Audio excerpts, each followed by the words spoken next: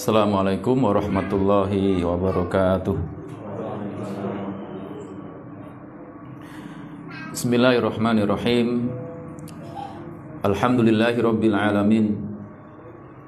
Wa bihi nasta'inu ala umurid dunya waddin. Wa nusalli wa nusallim ala nabiyyina Muhammadin wa ala alihi wa ashabihi wa man tabi'ahum bi ihsan ila yaumiddin. Qala Allah Ta'ala a'udzu billahi minasyaitonir rajim. Ya ayyuhalladzina amanu taqullaha haqqa tuqatih wa la tamutunna illa wa antum muslimun. Wa qala Rasulullah Muhammad sallallahu alaihi wasallam, fa inna asdaqal hadisi kitabullah wa khairul hadi hadi Muhammadin sallallahu alaihi wasallam. Allahumma salli ala Muhammad wa ala ali Muhammad kama sallaita ala Ibrahim wa ala ali Ibrahim innaka Hamidum Majid. Allahumma barik ala Muhammad wa ala ali Muhammad kama barakta ala Ibrahim wa ala ali Ibrahim innaka Hamidum Majid. Ma'asyiral muslimin wal muslimat, a'azani Allah wa iyyakum ajma'in. Dumateng sedaya para jamaah, para bapak, ibu, ikhwan dan akhwati fillah ingkang dimulyakaken dening Allah. Ugi dumateng sahibul bait yang mudah-mudahan Allah senantiasa memberkahi beliau dan keluarganya dan kita semuanya. Allahumma amin. Alhamdulillah, summa alhamdulillah alladzi bi ni'matihi tatimmus sholihat. Tiada bosan-bosannya kita terus mengucapkan dan membasahi bibir kita dengan ucapan alhamdulillah.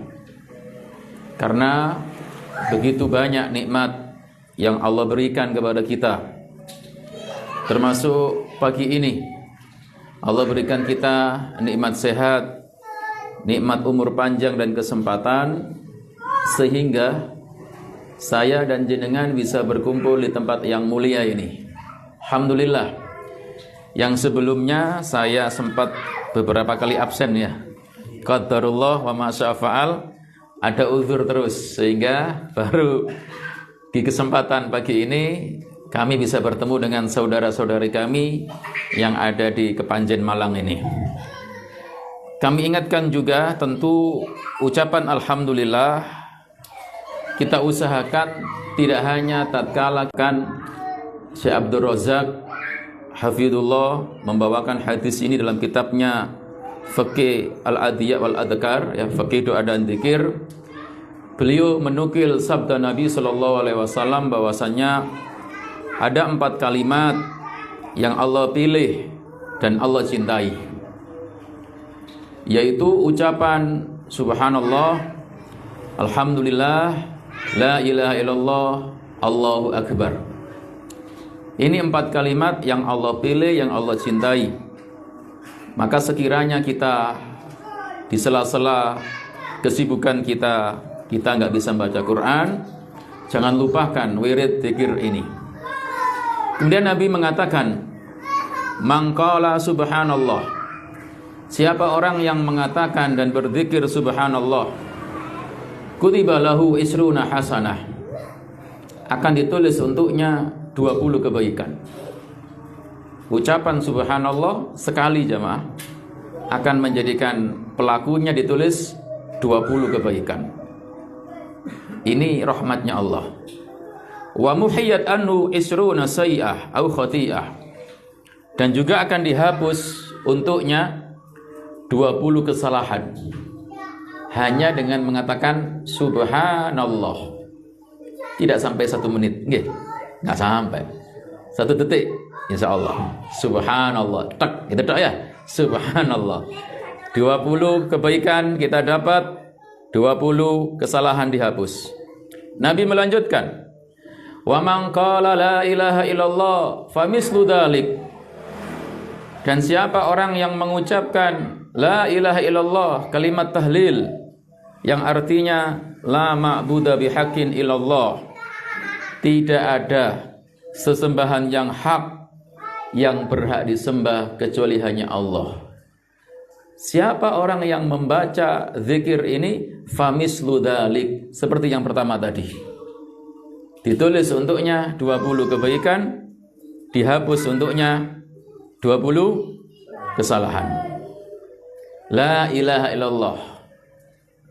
Yang ketiga, Nabi menyebutkan, wa man qala Allahu akbar, dan siapa orang yang mengucapkan Allahu akbar, famislu dzalik, maka dia pun seperti yang sebelumnya. Ditulis untuknya 20 kebaikan, dihapus untuknya 20 kesalahan. Dan orang kepanjen insya Allah gampang nih, karena nggak perlu mikir, nggih. Spontan bisa, subhanallah, la ilaha illallah, Allahu akbar. Ini sama, 20 kebaikan ditulis, 20 dosa dihapus.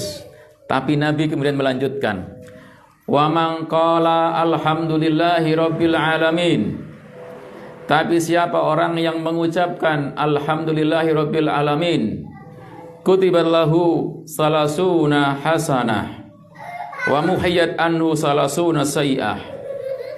Tapi siapa orang yang melafadzkan, yang berzikir alhamdulillahirabbil alamin, ditulis untuknya 30 kebaikan, dihapus untuknya 30 kesalahan.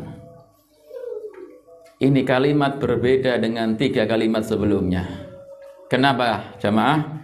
Karena kata ulama, biasanya orang itu baru bisa alhamdulillah tatkala dapat nikmat. Habis makan, alhamdulillah. Habis minum, alhamdulillah.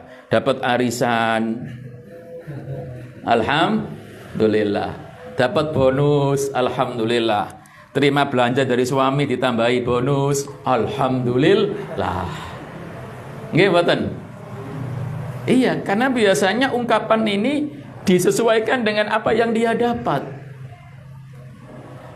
Tapi kata Nabi, siapa orang yang mengatakan alhamdulillahirabbil alamin, ya, min nafsihi, dari dirinya, yang tanpa ada dorongan nikmat yang datang, tapi dia bisa alhamdulillahirabbil alamin, 30 kebaikan.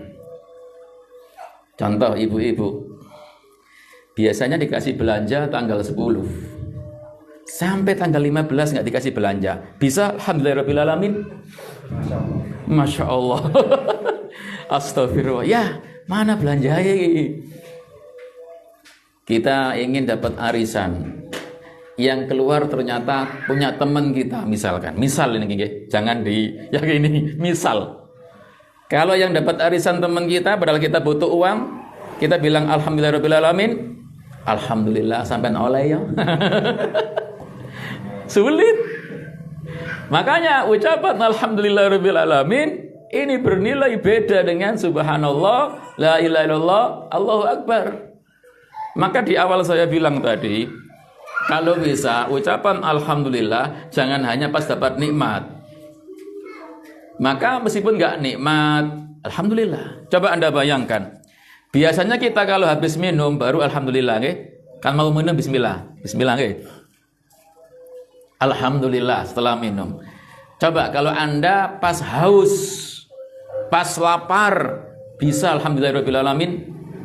Alhamdulillah ya Allah haus. Alhamdulillah ya Allah saya lapar. Bisa? Enggak bisa.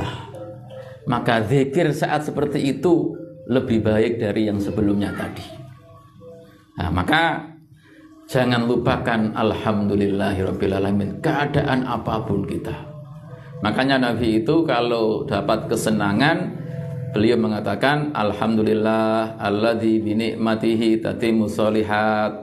Kalau dapat kesusahan, kesembekan, ruwet, masalah, alhamdulillah ala kulli hal, tetap muji Allah. Alhamdulillah di kesempatan pagi ini kita dimudahkan sehingga nanti keluar dari kajian ini jangan lupa alhamdulillah, diperbanyak ya. Meskipun jangan lupa subhanallah ya, la ilaha illallah ya.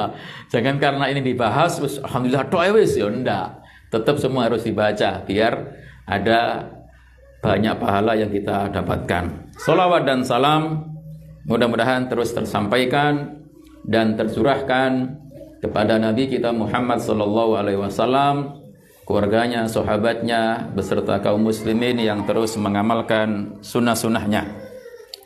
Jamaah yang dimuliakan oleh Allah Subhanahu wa taala, di kesempatan ini saya akan melanjutkan kitab ya Aqidatul Awwalan Law Kanu Ya'lamun.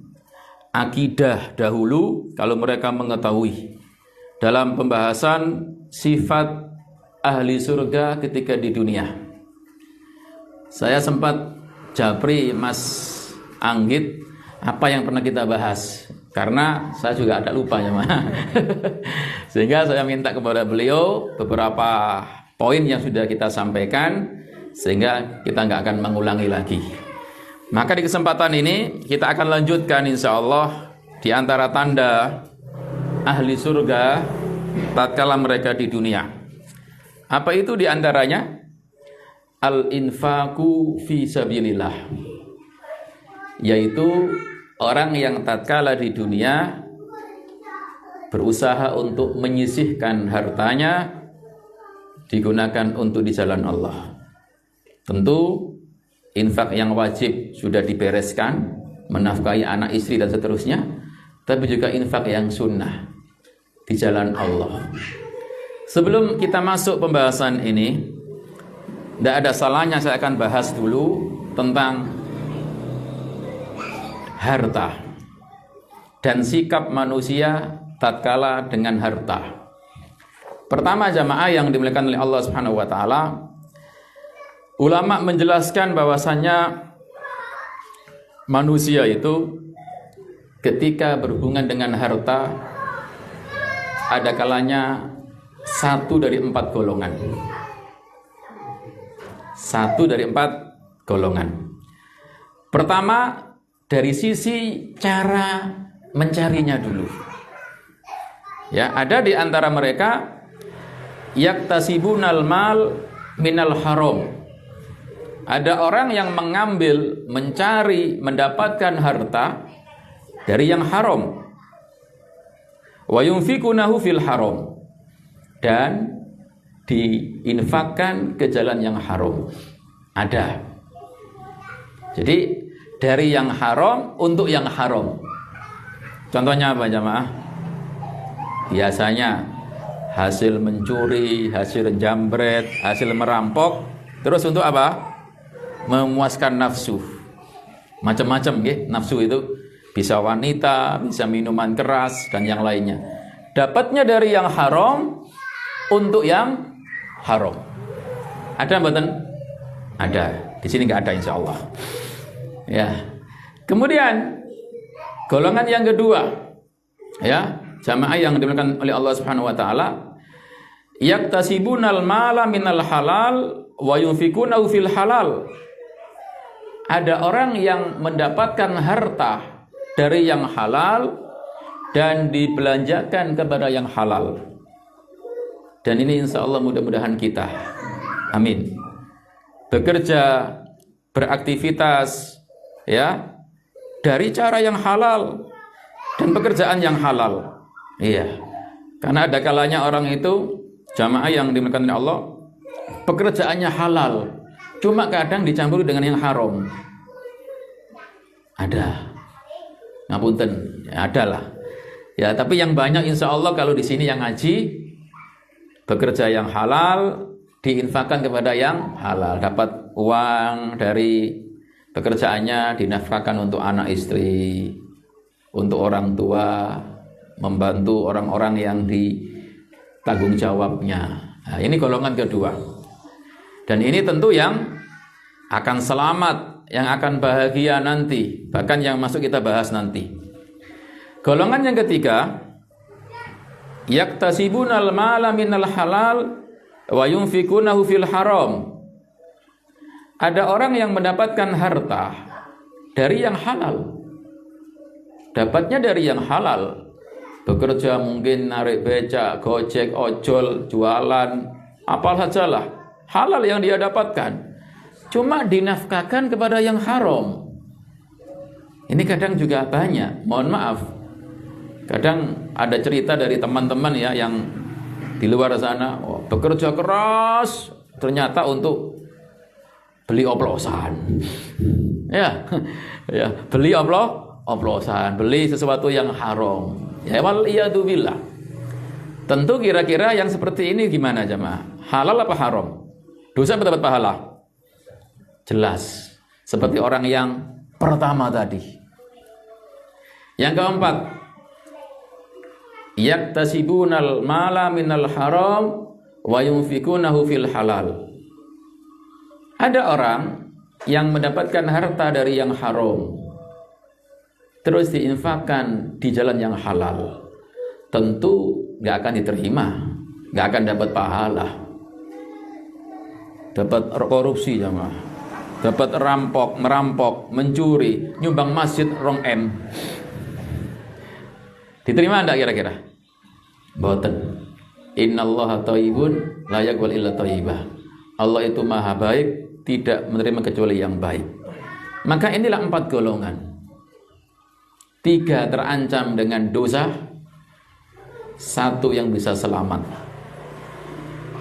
Maka kita cari yang mana? Yang harus yang selamat.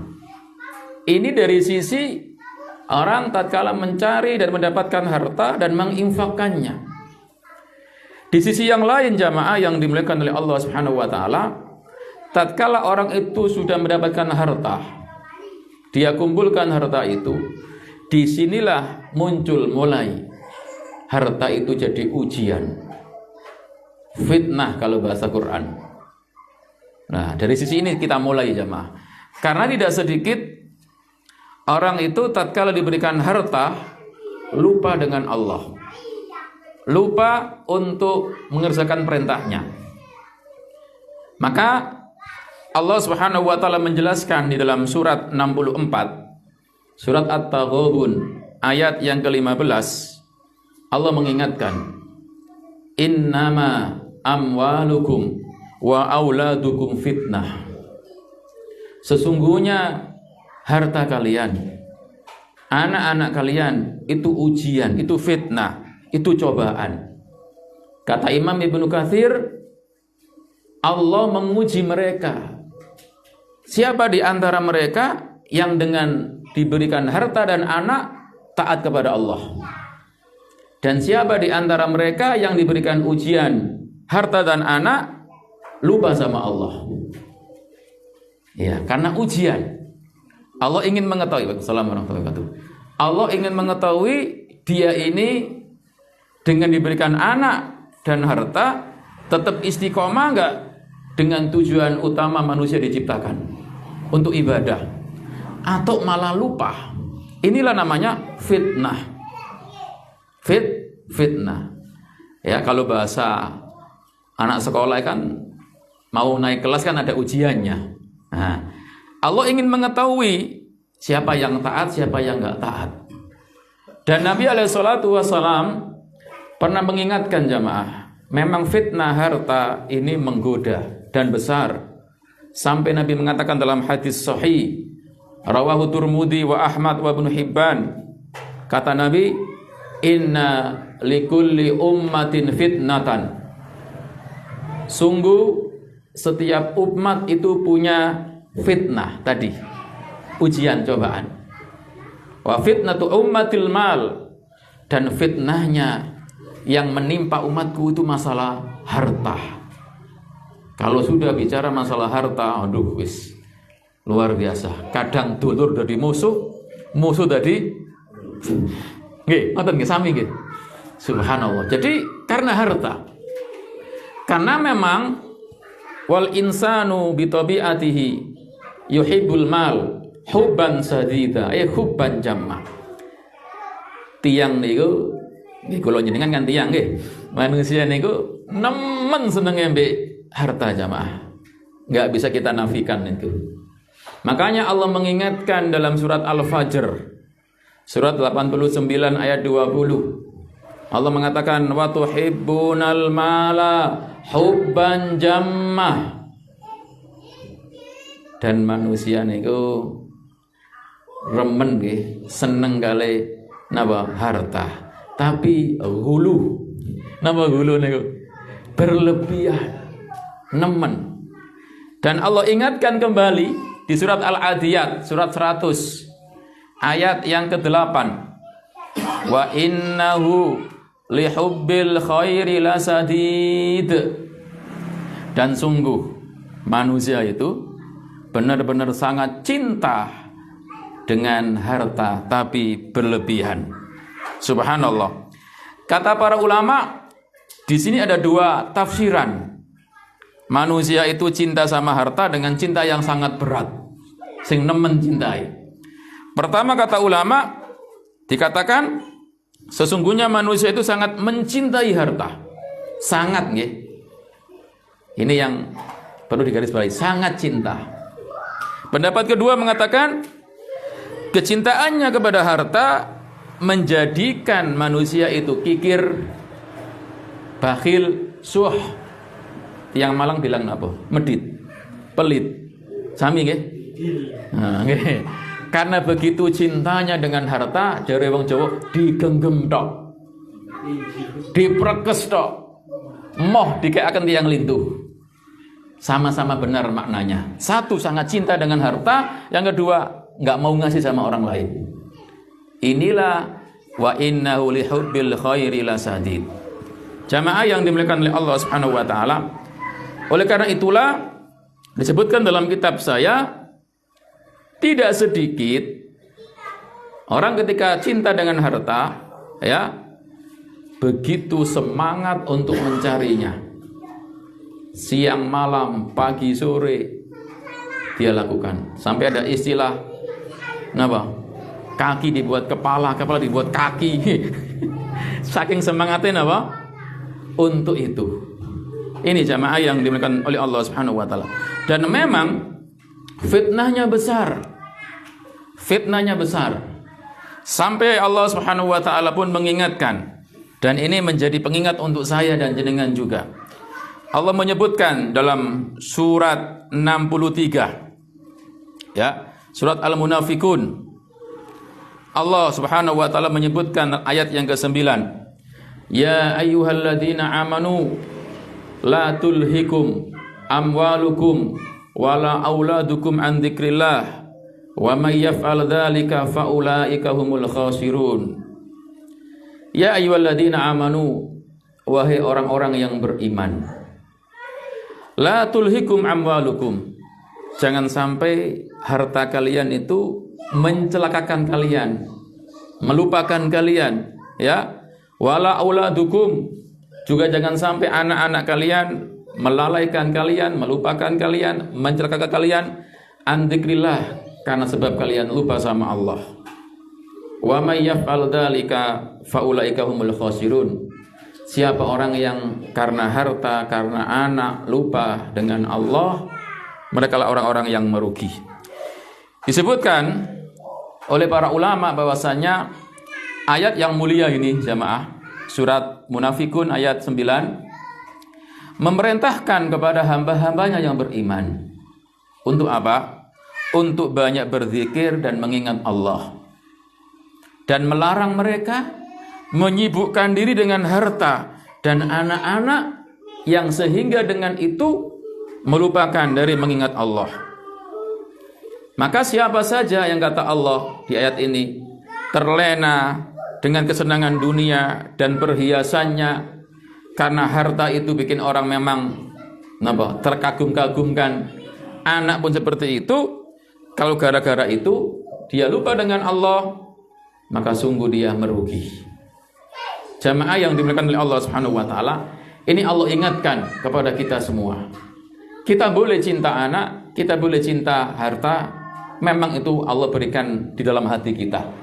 Tapi jangan sampai kemudian semuanya itu melalaikan kita dari beribadah kepadanya. Allah pun menyebutkan dalam surat 62, dan ini menarik jamaah. Ya, surat 62. Surat Al-Jumu'ah ayat yang terakhir. Di situ Allah mengatakan, wa idza ra'au tijaratan aw lahwan faddu ilaiha wa taraku qa'imah kul ma indallahi khairum minal lahwi wa minat tijarah wallahu khairur razikin. Dan apabila mereka melihat perniagaan atau permainan, mereka itu bubar untuk menuju kepadanya, dan mereka tinggalkan kamu sedang berdiri berkhutbah. Katakan wahai Muhammad kepada mereka, apa yang di sisi Allah adalah lebih baik daripada permainan dan perniagaan, dan Allah itu zat sebaik-baik pemberi rezeki. Jadi ada kisahnya jamaah di ayat ini, ya.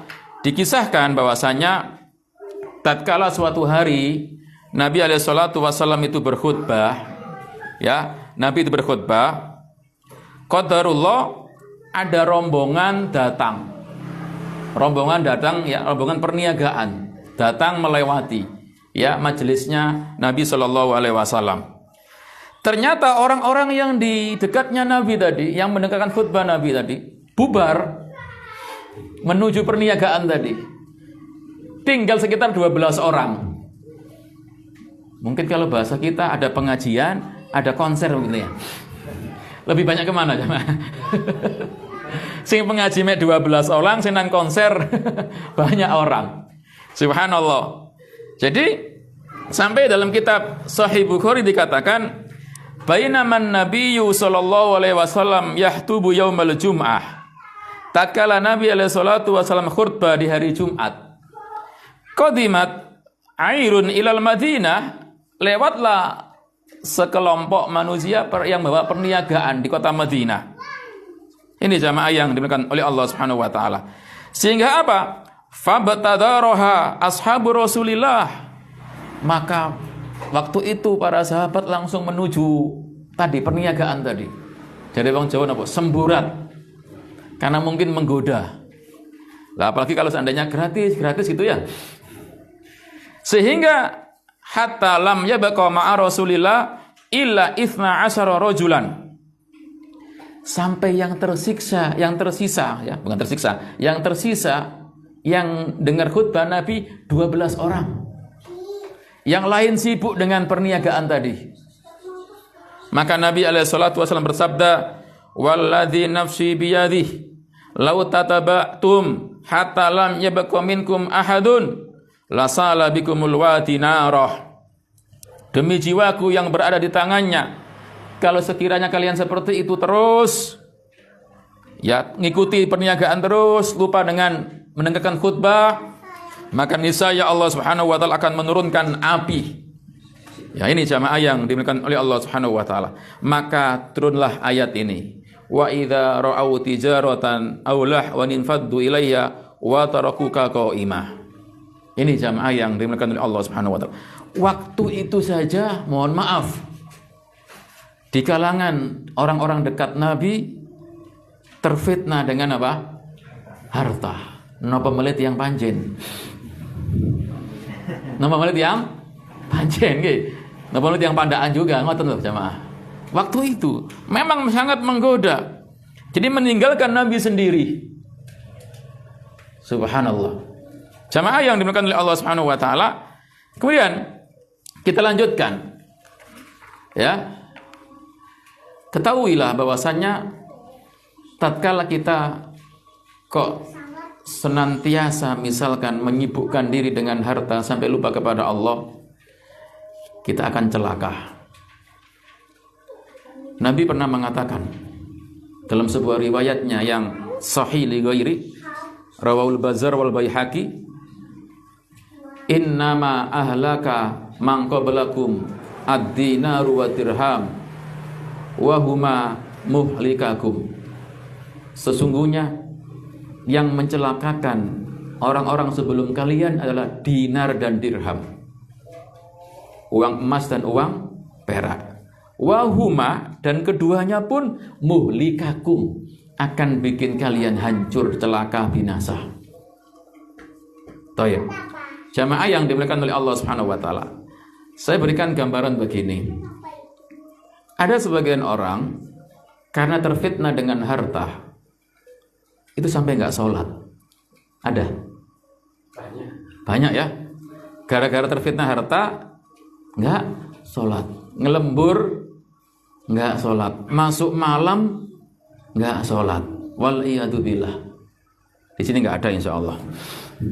Ketahuilah, tatkala ada orang yang sholat sunnah semalam suntuk saja, kalau seandainya subuh nggak jamaah, itu tercela. Apalagi nggak sholat gitu loh. Jadi apalagi nggak sholat. Ada riwayat yang sangat menarik. Ini nanti kita gambarkan di realita kita. Imam Malik meriwayatkan dalam kitab Muwatta'nya dari Ibnu Syihab, dari Abi Bakar ibni Sulaiman bin Abi Hasmah. Jadi dari Abi Bakar bin Sulaiman ibni Abi Hasmah. Dia bercerita, Anna Umar ibn Khattab faqada Sulaiman ibni Abi Hasmah fi sholati subhi. Sesungguhnya Umar bin Khattab suatu saat pas sholat subuh, kok nggak melihat Sulaiman bin Abi Hasmah. Jadi Sulaiman bin Abi Hasmah ini biasa bersama sahabat Umar. Kok waktu itu sholat subuh nggak ada? Berarti nggak jamaah ke masjid. Dia kehilangan. Maka dia mencari-cari. Kemana dia ini? Kok jari tiang Malang dungaran nggak ketok sholat subuh jamaah? Karena mungkin sudah biasa sholat subuh. Beda dengan orang yang di luar sana. Memang nggak biasa ya. Wa anna Umar bin Khattab ghada ila suq. Qadarullah, kebetulan besoknya ya, paginya maksudnya juga pergi ke pasar. Salat subuh enggak kelihatan Sulaiman, paginya ingin ke pasar. Wa maskanu Sulaiman baina suqi wal Masjidin Nabawi. Ternyata rumahnya Sulaiman yang subuh tadi enggak jamaah, rumahnya dia itu antara pasar dan Masjid Nabawi. Otomatis sahabat Umar akan melewati rumahnya Sulaiman. Famarra ala Syifa binti Abdillah ummi Sulaiman. Qadarullah pas mau ke pasar jamaah, ternyata ketemu ibunya Sulaiman. Namanya Syifa binti Abdillah. Karena ketemu ibunya, faqala laha, maka Umar berkata untuk menanyakan kondisi Sulaiman. Inilah pemimpin kaum muslimin, dan ini juga termasuk yang perlu dicontoh para imam. Tatkala jamaahnya enggak hadir, cari tahu kemana dia. Mungkin sakit, mungkin ada keperluan dan yang lainnya, perlu dicari tahu. Maka dia tanya, lam ara Sulaiman fi subhi. Kalau bahasa kula Bu, injing wau salat subuh jamaah, kula kok mboten ningali yuga jenengan Sulaiman. Teng pundi niku? Lihat jamaah. Faqalat, maka ibunya berkata, innahu bata yusolli faghalabathu ainahu. Inna ta'akhurahu an salati subhi kana bisababi qiyamihi li salatil lail faghalabathu ainahu falam yudrik salatas subhi. Wahai Amirul Mukminin, wahai Umar, waudalu yuga kula niku salat sewengi. Waktu subuh kalah kali kedua matanya ngantuk, ketileman, sehingga mboten saged teng masjid salat kali jenengan. Lihat, gara-gara salat malam semalam suntuk, enggak salat subuh. Apa yang Umar katakan? Ini kalau diterapkan di Panjen bahaya nih. Kata beliau, la an ashhada salatas subhi fil jama'ati ahabbu ilayya min an akuma lailatan.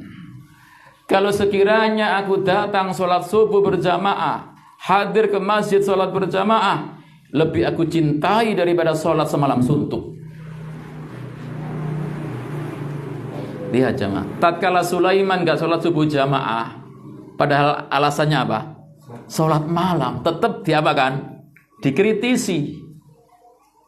Karena kan ada hadis Nabi, memang kata sahabat Utsman, siapa orang yang sholat isya berjamaah seperti orang yang sholat separuh malam. Siapa orang yang sholat subuh berjamaah seperti sholat semalam suntuk.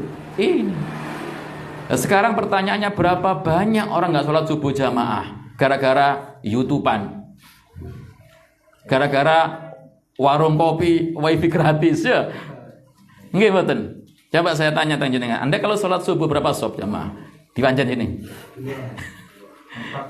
Mentok 2, 3. Padahal kecil ya misalnya. Jadi berapa banyak? Lah, belum lagi nanti kita bahas sholat malam. Berapa banyak orang yang nggak sholat malam gara-gara malamnya memang begadang. Makanya ada hadis dikatakan bahwa Nabi itu nggak nyukai, nggak suka tidur sebelum isya dan berbicara ngobrol setelah sholat isya. Karena kalau seperti itu mengakibatkan apa tadi? Nggak sholat malam, nggak sholat subuh, apalagi nggak jamaah. Apa yang ingin saya sampaikan? Berapa banyak orang karena cari harta nggak sholat. Tatkala nggak sholat subuh saja, gara-gara semalam suntuk sholat, sahabat Umar nggak suka. Lah apalagi nyari duit sampai nggak sholat subuh. Wal'iyadzubillah. Kalau kita kembangkan gara-gara cari harta, akhirnya apa? Nggak sholat duhur. Gara-gara harta nggak sholat asar. Ataupun seandainya sholat asar, masya Allah mepet maghrib. Nanggung Ustaz, lautes mepet aja sisan asar jam 5, setengah 6 ya. Wal'iyadzubillah. Ini jamaah yang dimuliakan oleh Allah Subhanahu wa taala. Dan memang manusia itu diberi rasa rakus dengan harta. Itu sudah Nabi sabdakan. Disebutkan dalam sebuah hadis yang sahih rawahu Tirmidzi dan Ahmad. Kata Nabi dikatakan madzibani ja'iani ursila fi ghanamin bi afsad laha min hirsil mar'i 'alal mal wasarafi lidini. Tidaklah dua serigala yang lapar dilepaskan di sekelompok kambing-kambing lebih berbahaya kerusakannya dibandingkan kerakusan manusia terhadap harta. Manusia dengan harta nemen rakuse daripada serigala yang dilepas ke domba-domba. Serigala luwe jamaah. Ningali wedhus kathah ya napa kira-kira? Langsung berot kan? Paham berot? Langsung lari kenceng untuk mengambil apa? Domba. Karena laparnya. Tapi manusia melihat harta lebih dari itu. Lebih dari itu. Nggih mboten? Makanya coba kalau seandainya pengajian dapat 200.000. Bak nggak mboten? Full insya Allah. Karena harta. Tapi karena pengajian itu pahala, janji akhirat, makanya lebih milih ke pasar, lebih milih jualan, lebih milih apa? Yang lain-lain. Inilah yang kata Nabi sebutkan. Jamaah yang dimuliakan oleh Allah Subhanahu wa taala. Nabi juga pernah suatu saat, dan ini menarik ya, Nabi suatu saat pernah membaca ayat yang insya Allah jenengan semua apal ayatnya. Ya. Beliau suatu saat membaca surat 102. Ya, 102. Surat apa jamaah? At-Takasur. Ya. Beliau membaca Alhaakumut Takatsur hatta zurtumul maqabir. Apa artinya jamaah? Bermega-mega yang menjadikan orang itu lalai.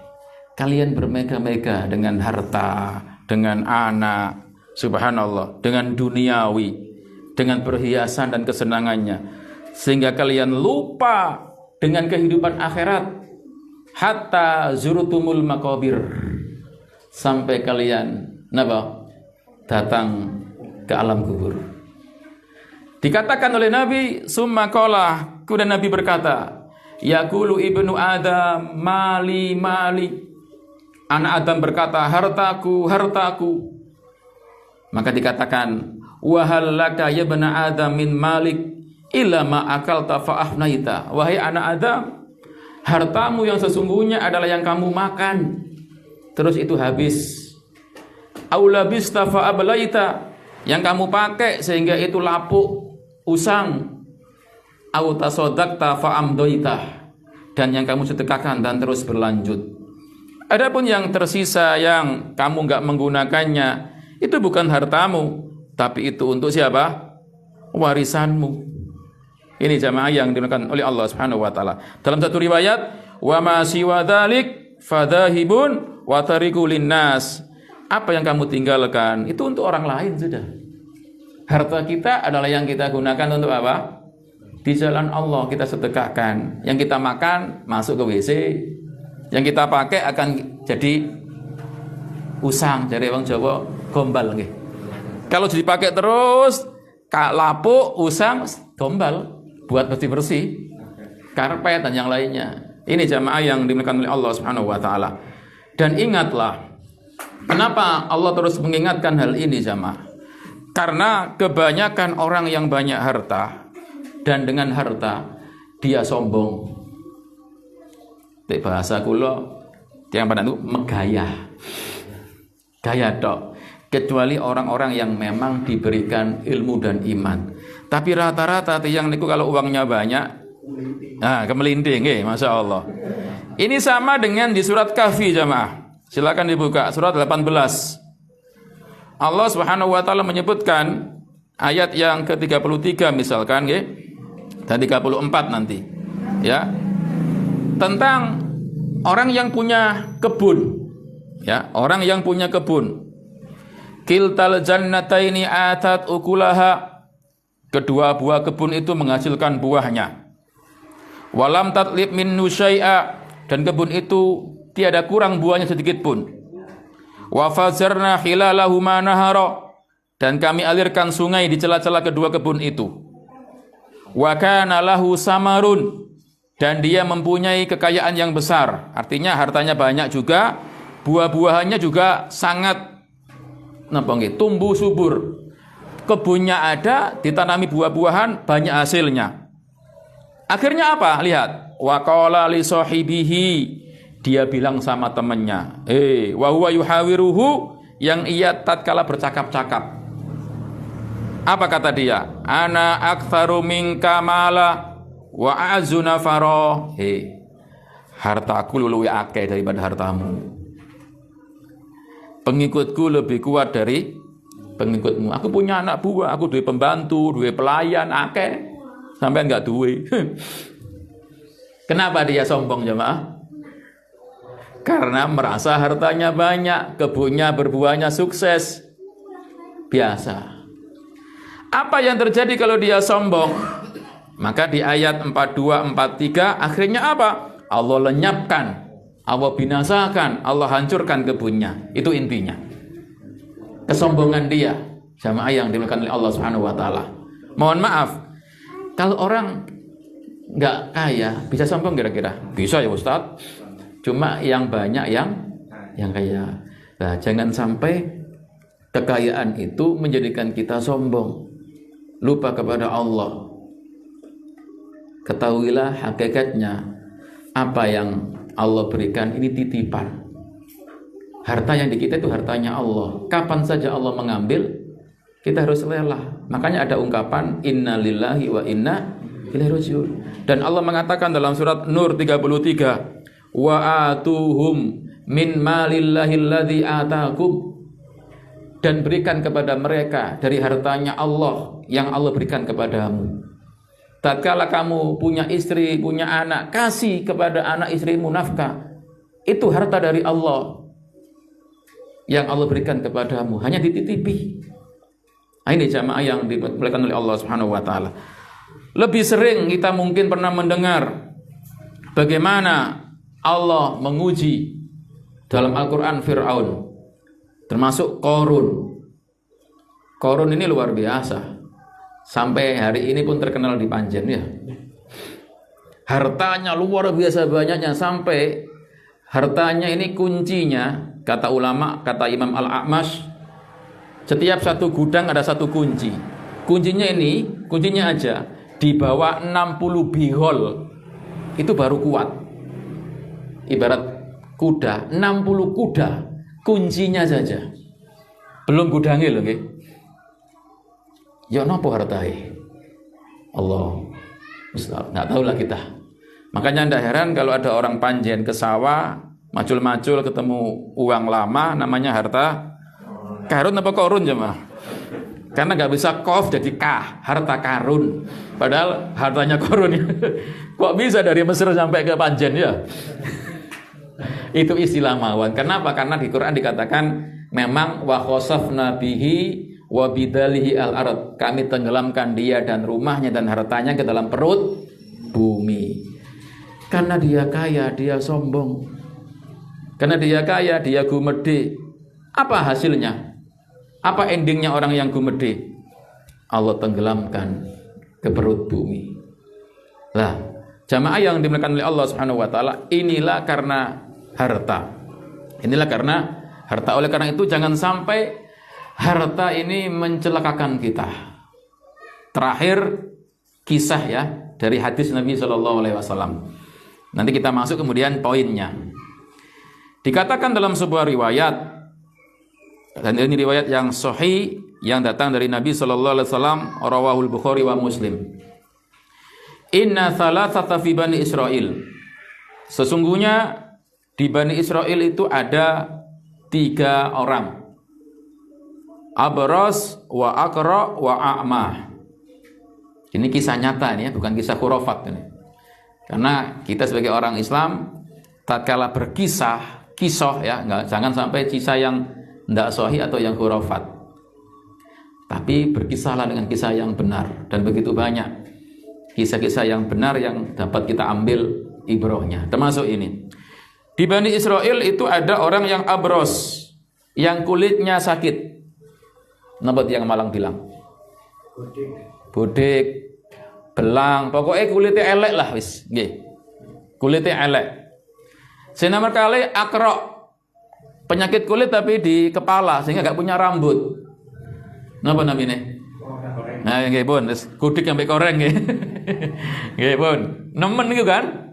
Kalau semakin parah, manusia semakin menjauh, wedi. Gitu? Wedi. Sing nomor 3 a'ma. Tiang niku sing peninggalane ilang, buta. Bisa dipahami? Pun bahasa abros, akro, a'ma. Gudik, koreng, buta. Wis ngoten nggih. Sepakat jenengan nggih? Maka Allah Subhanahu wa taala ingin menguji 3 orang ini. Maka Allah mengirim 1 malaikat. Fa'atal abros. Maka malaikat ini datang kepada abros, orang yang kulitnya terkena penyakit tadi, gudik dan semacamnya, kulitnya rusak pokoknya. Dan ini malaikat tentu merubah wujud karena bisa dilihat ya, dan bisa berbicara, komunikasi. Faqala, maka malaikat ini berkata, ayyu syai'in ahabbu ilaika. Kalau bahasa kula, Mas, sampean kalau terkena penyakit seperti ini, apa yang sampean inginkan? Ya, sama dengan orang yang sakit semua jamaah. Inginnya apa? Sembuh. Maka dia pun ya ingin sembuh. Ingin launun hasanun, wajiltun hasanun. Ya saya ingin punya kulit yang bagus, terus warnanya itu bagus gitu loh. Kenapa? Karena wayat habu anil ladzi qad qadarani nas. Karena dengan sebab penyakitku ini, Pak, Mas, menungso wedi nang aku, menjauh. Subhanallah. Ini alasannya. Fama sahahu, diusap jamaah. Langsung hilang penyakitnya. Diberikan langsung kulit yang bagus, warnanya indah. Alhamdulillah, sembuh kan? Ditawari lagi. Fa ayyul mali ahabbu ilaika. Terus dengan kalau sembuh seperti ini, kalau harta ingin apa? Masya Allah. Orang pertama ini, Masya Allah, harta yang ada di pikirannya yang paling enak, yang paling bagus. Al-ibil. Saya minta onta. Kalau sekarang, mobil apa yang paling mahal jamaah? Ya sudah itulah.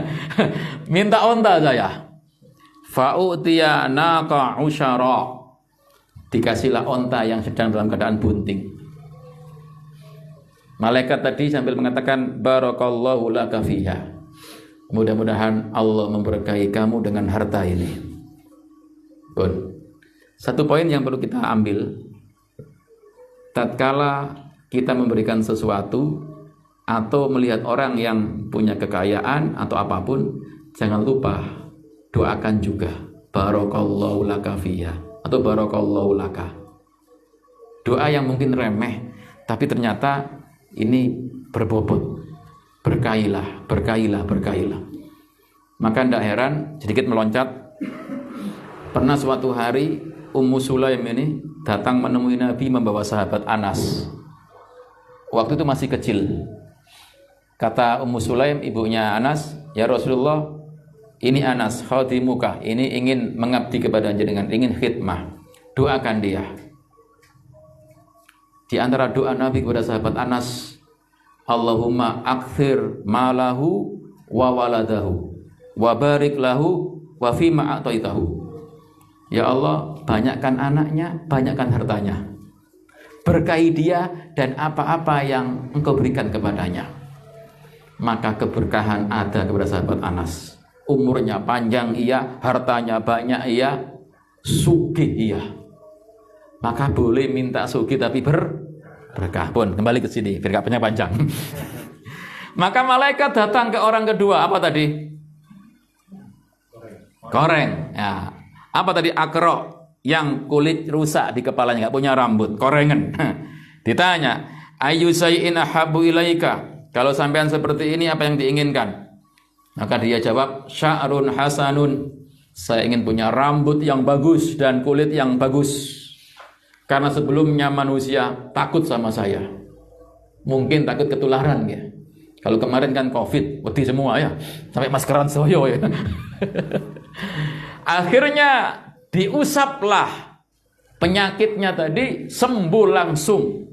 Wa'utiya sya'ran hasanan. Diberikan rambut yang langsung bagus. Maka ditawari seperti orang yang kedua, yang pertama tadi. Fa'ayul mali ahabbu ilaika? Jenengan kalau sehat seperti ini, kalau harta minta yang apa yang jenengan sukai? Wah, dia minta al-baqar. Saya minta sapi. Tetap yang tinggi permintaannya. Fa'utiya baqaratan hamilan. Dikasihlah orang ini sapi yang bunting, bukan hamil ya. Hamil untuk manusia, yang bunting saja ya. Dia didoakan, barakallahu laka atau barakallahu ta'ala laka fiha. Mudah-mudahan Allah berkahi kamu fiha, dengan sapi ini. Pun onta, sapi. Malaikat datang ke orang ketiga. Siapa? A'ma, orang yang buta. Sama, ditawari, jenengan ingin bagaimana? Nggih, kula ingin sembuh, ya. Supados napa? Kula saged ningali. Subhanallah. Dia tatkala jawab beda dengan orang sebelumnya. Lihat jawabannya. Anda ingin apa tatkala sakit seperti ini? Ayyaruddallahu ilayya basari. Saya ingin Allah mengembalikan penglihatan saya. Kalau tadi ada Allahnya enggak? Enggak ada. Enggak menyebut nama Allah. Pokoknya saya ingin sembuh. Saya ingin sembuh. Ini enggak. Mudah-mudahan Allah mengembalikan penglihatan saya. Allahu Akbar. Dari bahasa ini aja kelihatan. Mana yang lulus kira-kira? Kita lanjut jemaah. Diusaplah kedua matanya, subhanallah, sembuh. Bisa melihat. Maka ditawari, fa ayyul mal ahabbu ilaika? Harta yang bagaimana yang Anda cintai? Enggak muluk-muluk jemaah. Saya hanya ingin gonam, ingin kambing sajalah. Fa'utiya syatan waridan. Dikasihlah kambing yang beranak, yang tentu bunting juga sebelumnya. Taib, sudah singkat ceritanya, yang punya onta berkembang ontanya sampai satu lembah onta. Satu lembah, paham? Lapangan lah gitu aja wis, biar nggak bingung jangan. Lembah itu kan antara dua gunung ya. Yang punya sapi, satu lembah sapi berkembang. Yang punya kambing pun sama. Maka malaikat datang ketiga orang tadi, cuma dengan keadaan berbeda. Malaikat kemudian datang kepada orang yang punya penyakit apa tadi? Kulit dulu, belang. Dan malaikat mengubah wujudnya orang yang belang. Datang kepada orang yang belang tapi sudah sembuh, sudah kaya. Lihat, gambarannya orang kaya, beda dengan orang miskin dulu ya. Maka malaikat berkata, dengan keadaan dia seperti dia dulu yang ketika masih belum sehat dan belum kaya. Dia mengadu, wahai fulan, saya ini laki-laki miskin, bekal saya untuk bepergian sudah habis. Kalau bukan karena pertolongan Allah, kemudian kamu ngasih sedekah saya dari ontamu, kayaknya saya nggak bisa melanjutkan perjalanan saya. Aku minta kepada engkau yang telah kalau bahasa saya, aku minta kepada engkau yang mana engkau telah diberikan oleh Allah kulit yang bagus dan harta yang banyak. Tolonglah kasih saya. Jawabannya apa? Lihat. Kata orang kaya ini yang abros tadi, yang sudah sembuh, al-huququ katsirah. Tanggung jawab saya akeh. Tanggung aku akeh. Sepurane gak iso ngasih ya. Anakku ngene, bojoku ngene, misalkan wis sepurane. Maka malaikat berkata, "Ka'anni a'rifuka." Seolah-olah aku kenal sampean loh iki. Sampean kan dulu orangnya belang kayak saya ini. Manusia terus menjauh dari sampean, sampean miskin. Terus Allah kasih kaya. Apa jawaban dia? Enggak. Inna mawaristul hadal mal kabirat an kabirin. Aku dapat harta ini teko bapak moyangku. Bukan kata sampean aku miskin loh, enggak. Subhanallah. Apa kata malaikat? In kunta kadziban fasayarakallahu ila ma kunta. Kalau Anda memang berdusta, mudah-mudahan Allah mengembalikan sampean seperti keadaan yang dulu. Karena malaikat tahu kalau dia apa? Dusta. Nggak lulus jamaah. Duit akeh, sapi ini ya, onta ya akeh tapi nggak sedekah. Padahal dulunya dia miskin. Maka malaikat datang ke orang yang kedua. Persis sudah wis. Saya singkat cerita aja wis. Datang ke orang yang punya sapi banyak. Dan malaikat nyamar dia punya penyakit di kepalanya yang gak ada rambut. Persis sudah. Gak dikasih juga. Kata malaikat, kayaknya saya kenal sampean. Sampean biar begini kan. Enggak, aku sugih karena wong tuaku. Kata malaikat, mudah-mudahan kalau Anda dusta, dikembalikan ke seperti semula. Maka yang ketiga ini jamaah yang menarik. Inilah gambaran 3 orang dalam masalah harta. 2 yang nggak lulus, hanya 1 yang lulus. Datang kepada orang yang buta dengan keadaan malaikat seperti orang buta dulu dan mengadu tentang kebutuhan harta. Lihat jawaban orang yang buta. Subhanallah. Wahai fulan, saya dulu tuh buta kayak sampean. Terus Allah memberikan aku kesembuhan dan Allah berikan aku kambing sehingga aku punya harta banyak ini. Lihat, fakhud masyita wadha masyita. Sudah, sampean ambil semau sampean, tinggalkan semau sampean. Loman banget. Coba kalau kita, Pak, nanti kambingnya ngesek ya, situ. Gitu? Atau mungkin 2, dia bilang apa?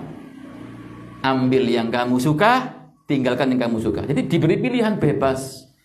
Tanda orang ini apa? Loman. Kalau nggak loman ya mungkin ngasih, tapi nggak banyak kan. Nah, inilah beliau. Apa alasannya? Karena saya dulu miskin. Saya dulu nggak seperti ini. Tapi Allah yang berikan. Akhirnya apa jamaah? Mohon maaf. Malaikat mengatakan amsik malaka fa inna ma ubtulitu. Tahan hartamu. Kami ini hanya menguji kalian, menguji kamu. Faqad rudiya angka, kamu diridhoi oleh Allah. Kamu lulus. Wa sukhita ala sahibaika.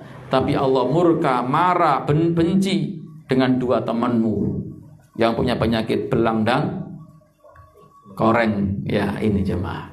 Lihat, 3 orang, yang 2 dapat murka Allah, yang 1 baru dapat ridho Allah. Wallahu a'lam bishawab. Makanya tatkala kita diberikan harta, Jangan lupa untuk mencari ridho Allah. Nah, ini baru kita masuk. Tuh, kok baru masuk Ustaz? Iya, biar semakin lengkap ya. Tadi saya bilang, tanda ahli surga apa? Suka bersedekah. Orang kalau dikasih harta dengan 3 orang di atas, kisah tadi, 2 dapat murka Allah, 1 yang dapat ridho Allah. Apa hubungannya? Kalau kita ingin punya harta yang diridhoi oleh Allah, dikemanakan harta itu? Sedekahkan. Yang wajib dahulu kita bereskan, anak, istri, dan terusnya, baru yang sunnah-sunnah. Makanya Allah Subhanahu wa ta'ala menyebutkan orang yang suka berinfak, Allah janjikan surga.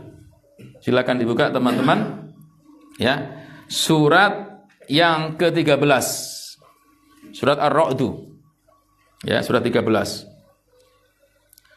Ayatnya di ayat 22, 23 dan 24. Allah Subhanahu wa taala mengatakan, "Walladzina sabaru btigha'a wajhi rabbihim wa aqamus shalah wa anfaqu mimma razaqnahum sirran wa alaniyah wa yadra'una bil hasanati sayyi'ah ulaika lahum uqbad dar jannatu adnin yadkhulunaha wa man salaha min abaihim wa azwajihim wa dzurriyyatihim wal malaikatu yadkhuluna alaihim min kulli bab salamun alaikum bima sabartum fa ni'ma uqbad dar." Ada yang bawa terjemah? Mas Anggit ada? Monggo diwaos. Ayat 22 dulu Mas Anggit.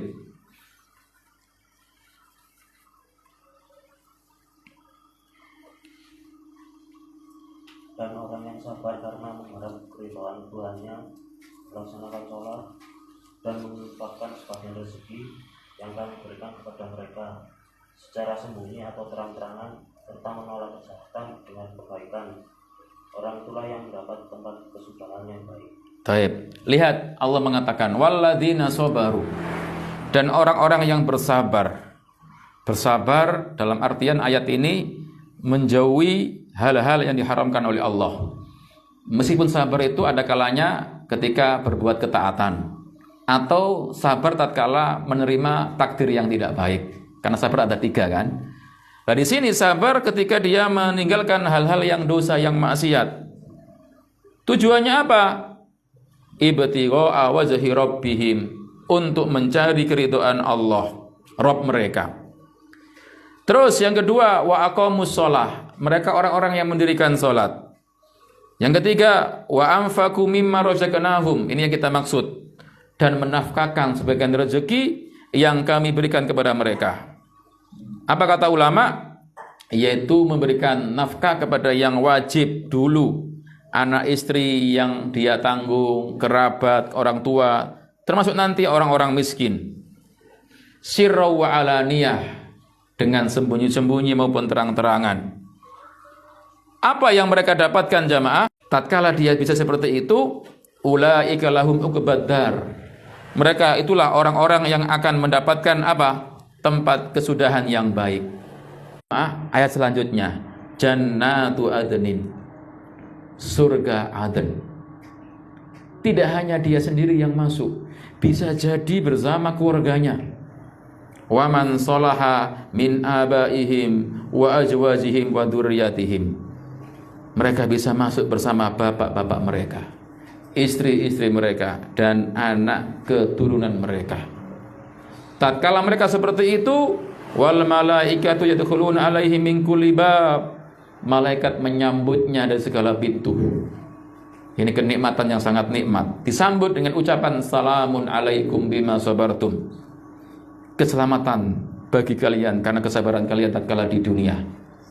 Mengerjakan sholat, berinfak di jalan Allah, membalas kejahatan dengan kebaikan. Fa ni'ma uqbad dar, itulah apa jamaah? Tempat yang terbaik, tempat kembali yang paling nikmat, maskan yang paling enak, paling indah, yaitu surga. Poin kita apa tadi? Yaitu orang-orang yang suka infak di antaranya. Jamaah yang dimuliakan oleh Allah Subhanahu wa taala. Allah pun mengatakan dalam surat 51, surat Ad-Dariyat Ketika Allah mengatakan innal muttaqina fi jannati wa uyun. Ayat 24, ayat 15. Sesungguhnya orang-orang bertakwa berada di kebun-kebun, taman-taman dan mata air. Akhidina ma atahum rabbuhum. Mereka bisa mengambil apa-apa yang Allah berikan kepada mereka. Di surga mereka dapat apapun yang mereka inginkan. Innahum kanu qabla dzalika muhsinin. Karena sesungguhnya mereka dahulu ketika di dunia termasuk orang-orang yang berbuat baik. Apa cirinya? Kanu qalilan minal laili ma yahjaun. Di malam hari sedikit tidurnya. Mereka meninggalkan pembaringannya untuk sholat, untuk sujud. Ya. Di malam hari sedikit naruh lambungnya di kasur. Wabil ashari hum yastaghfirun. Di waktu sahur banyak istighfar. Terus poin kita lihat, ini maksudnya. Wa fi amwalihim haqqul lisaili wal mahrum. Di harta mereka ada hak orang-orang miskin yang minta-minta dan orang miskin yang tidak minta-minta. Artinya dia suka sedekah. Karena kadang orang miskin itu minta-minta, iya. Kadang yang nggak minta-minta juga banyak. Karena menjaga dirinya. Tapi ada haknya memang. Makanya, sampai ada ungkapan di antara ulama, tatkala ulama membahas masalah kontoroh. Paham kontoro jamaah? Kontoro itu kalau bahasa kita jisrun, jembatan. Yang ulama terbagi menjadi dua. Kalau Imam Qurtubi mengatakan jembatan yang berpisah dari Sirat, tapi di depan surga. Tapi ulama yang lain kata Imam Ibnu Hajar, kontoro itu adalah jisrun, jembatan yang ujungnya Sirat. Artinya orang ini pasti selamat. Cuma di ujungnya itu kontoro, diberhentikan di situ. Lah, di kontoro itu kan ada kisos. Kisos antara orang mukmin dengan orang mukmin. Karena nanti yang di kontoro pasti masuk surga. Apa kisosnya? Kisosnya adalah tentang kisos kecil. Kisos yang supaya nanti masuk surga, kata Quran, wa naza'na fi sudurihim min ghillin. Kami hilangkan rasa dendam di hati-hati mereka. Biar orang itu masuk surga tanpa ada rasa dendam. Lah, sebagian tafsir mengatakan nanti yang di kontoro ini yang akan ada kisos, ini sebagian pendapat ya, yaitu kisosnya orang kaya tatkala nggak ngasih harta kepada orang miskin. Ada yang seperti itu. Jadi orang kaya kadang di hartanya itu ada haknya orang miskin, sehingga nanti di situ akan dimintai kisos. Nah ini jamaah. Cuma pendapat yang kuat bukan hanya untuk orang kaya, tapi kedoliman apapun. Sampai dicontohkan begini. Saya misalkan ngutangi hutang jenengan 1 juta. Janji tanggal 5 bulan depan. Ternyata bulet sampai setahun. Terus dibayar kepada saya. Pas kan? Nah, pertanyaannya, saya masih dendam nggak sampean? Saya nggak benci nih nggak? Nah, padahal mesti dibayar loh setahun. Tapi ada rasa apa? Benci. Inilah yang akan dikisos nanti di kontoro. Dia tetap masuk surga. Jadi kisosnya tidak menyebabkan dia masuk neraka. Jadi mesti dibalik 1 juta, tapi wah iya janjinya saulan jadi setahun. Kan ada rasa dendam itu. Dan disitulah kata Syekh Utsaimin nanti ada. Ya, pun. Jadi harta kita ada hak orang miskin yang minta-minta dan yang tidak minta-minta. Artinya dia ini ahli sedekah. Ada kalanya sedekahnya memang pada orang minta-minta, ada kalanya orang tetangganya yang miskin, yang kekurangan, dia datangi, dia kasih. Jamaah yang dimuliakan oleh Allah Subhanahu wa taala, dan begitu banyak ayat tentang masalah ini. Terakhir pun ayatnya. Silakan dibuka. Surat Al-Insan, surat 76, ayat 8, 9, 10, 11, 12. Allah menceritakan, wa yut'imuna at-ta'ama ala khubbihi miskina wa yatima wa asira. Innama nut'imukum liwajhillah la nuridu minkum jazaa'aw wala syukura. Inna nakhafu min rabbina yawman abusan qamtarira. Fawaqahumullahu syarra dzalikal yaumi wa laqahum nadratan wa surura wa jazahum bima sabaru jannata wa harira. Apa sifatnya orang yang dapat balasan surga ini? Ayat yang ke-8 tadi. Memberikan makan kepada orang-orang yang miskin dan makanannya yang dia cintai, sing enak jemaah. Ustadz, saya suka nasi padang. Ya sudah, sedekahin nasi padang. Itu yang bagus tentunya. Selain itu nggak apa-apa, segompok ya nggak apa-apa. Jadi memberikan makanan yang dia cintai kepada siapa? Orang miskin, anak-anak yatim, dan para tawanan. Lihat, innama nut'imukum liwajhillah. Ini yang paling penting. Sedekahnya itu untuk mencari ridho Allah. La nuridu minkum jazaa'an wala syukura. Bukanlah mencari pujian dan ucapan terima kasih.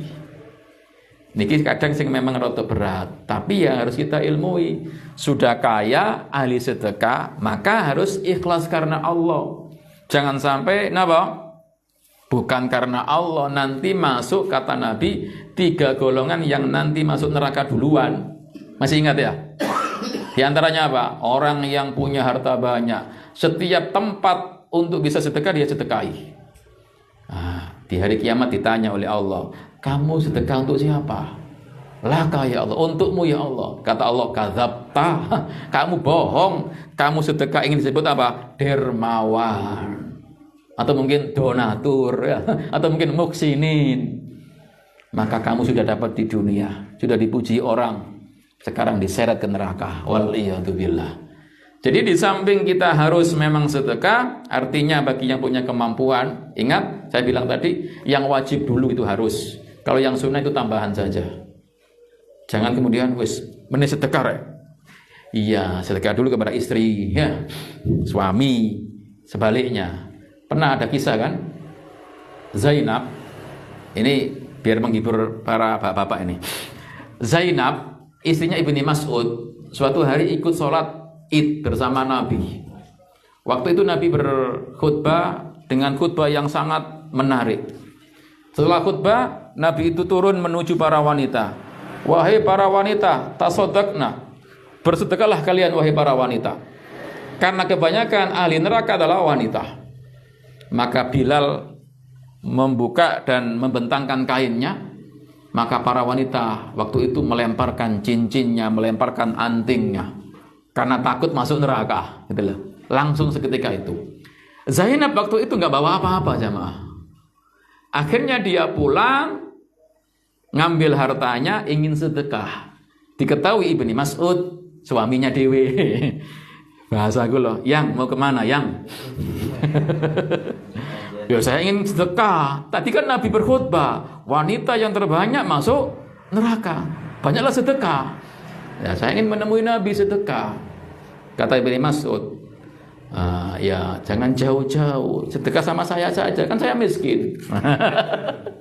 Tidak terima jamaah. Zainab pergi ke Rasulullah.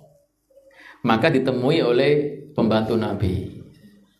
Ya salam, dijawab siapa? Zainab. Zainab siapa? Kan Zainab banyak waktu itu. Istrinya Ibnu Mas'ud. Ya silakan masuk. Ada apa? Diceritakan begini-begini. Kata Rasul, benar. Kalau kamu sedekah kepada orang dekatmu dulu, baliklah dia. Dikasihkan kepada suaminya. Ini jemaah. Makanya kalau ada wanita yang kaya, sedekahnya kemana dulu? Suami yang miskin tapi. Kalau suaminya sudah kaya, kenapa kepada suaminya gitu loh. Pun. Terus kalau suami sedekah, infak yang wajib dulu monggo dipenuhi. Jangan sampai, mohon maaf, sampai ada masalah ya. Ada laki-laki yang loman sama temennya, belater sama teman-temannya, suka nampang istilahnya ngebosi itu yang Jawa bilang ya, dibosi teman-teman. Tapi istrinya nggak pernah diajak marung, pelit sama istrinya, jadi salah. Jangan sampai seperti, mohon maaf ini kisah nyata, tapi bukan untuk menjelekkan, tapi hadis Nabi. Hindun ini pernah mengadu sama Nabi, ya Rasulullah, inna Aba Sufyan rajulun sahihun. Wahai Rasulullah, Abu Sufyan itu suami saya pelit, medit, nggak mencukupi aku belanjanya dan untuk anakku. Boleh nggak saya ngambil hartanya? Nabi bilang ambil dengan cara yang baik. Nah, maksud saya, kalau Anda ingin sedekah, dahulukan yang wajib dulu. Siapa? Anak istri. Jangan sampai lupa loh. Mungkin sedekah surga, lali anak istri. Itu yang paling baik gitu loh. Wallahu a'lam bishawab. Jamaah yang dimuliakan oleh Allah Subhanahu wa taala. Kemudian ada pertanyaan. Kenapa ahli surga itu ahli sedekah tatkala di dunia? Satu jawabannya, li'anna Allah azza wa jalla amarahum fi kitabihi bil infaq fi sabilihi. Karena sesungguhnya Allah jalla wa ala memerintahkan mereka tatkala di dunia, di Quran dan Sunnah, mereka untuk sedekah. Jadi mereka ahli sedekah karena Allah perintahkan. Ya, Allah mengatakan dalam surat Al-Baqarah 254, sebenarnya banyak ayatnya, cukup satu aja lah. Ya ayyuhalladzina amanu anfiqu mimma razaqnakum. Wahai orang-orang yang beriman, infakkanlah, nafkahkanlah sebagian rezeki yang kami berikan kepada kalian.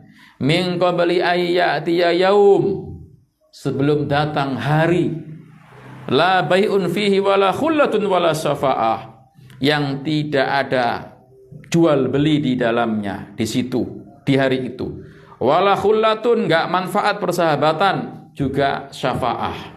Kapan? Hari kiamat. Banyak jamaah. Karena mereka faham kalau Allah memerintah, makanya tanda ahli surga di dunia apa? Sedekah. Ya tentu sesuai dengan kemampuan kita. Sesuai dengan kemampuan kita. Jamaah yang dimuliakan oleh Allah Subhanahu wa taala.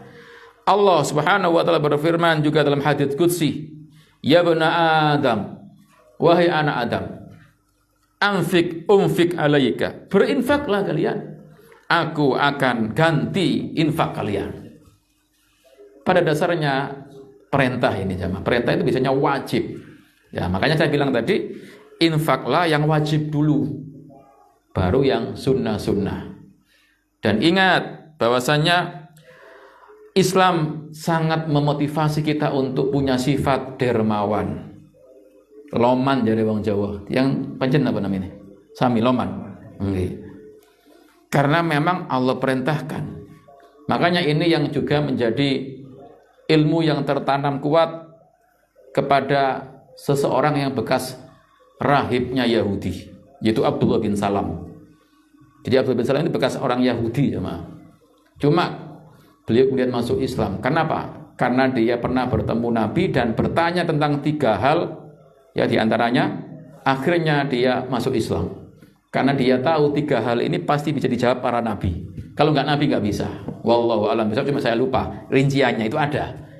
Jadi 3 hal yang ditanyakan oleh dia betul semua. Akhirnya dia pun masuk Islam. Lah di antara ucapan pertama Abdullah bin Salam yang dia ketahui, maka Nabi mengatakan begini, ya ayuhan nas afsus salam wa at'imut ta'am wa silul arham wa sallu bil laili wan nasu niyam tadkhulul jannata bisalam. Wahai manusia, karena waktu itu Nabi masuk kota Madinah, wahai manusia, afsus salam, tebarkan salam, wa at'imut ta'am, sukalah kalian memberikan makan, ini sedekah, wa silul arham, sambunglah silaturahim, dan wasallu bil laili wan nasu niyam, salatlah di malam hari tatkala manusia tidur, niscaya kalian akan masuk surga dengan selamat. Dan ini nas Nabi, hadisnya sahih.